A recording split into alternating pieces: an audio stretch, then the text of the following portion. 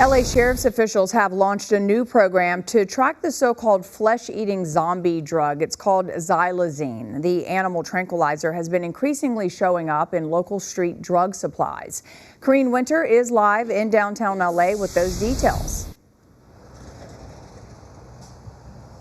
Hi there, Lou. Well, from law enforcement officials to addiction specialists out there, there's a growing concern about the effects of this drug on the streets of Los Angeles, and that's prompted new action by LA County Sheriff's officials.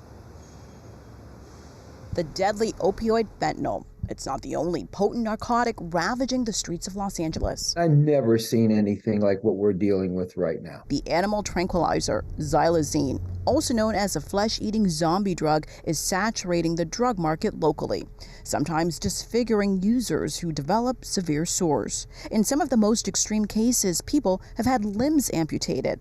Others have died from overdoses. We had a woman come in and her sister had passed away from a fentanyl overdose. But not only was it a fentanyl overdose, her skin was starting to rot, the muscles on her leg and her arm.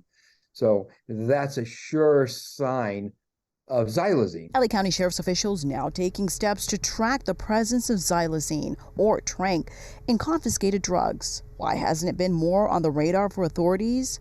Xylazine isn't illegal. It's not a controlled substance, so whenever crime lab analysts detected the additive in other substances like fentanyl, it wasn't immediately flagged. Tranq, when added to fentanyl, increases a user's high. It's really gruesomely disfiguring people, much more likely to stop someone from breathing. And the things that come along with xylazine, it's a vasoconstrictor.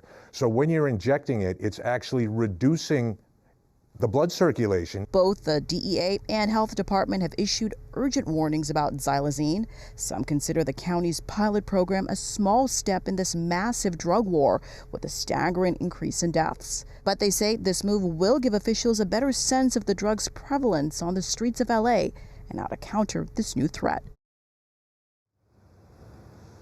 And what makes this drug especially dangerous is that Narcan cannot be used to reverse the effects of an overdose, since tranq is not an opioid.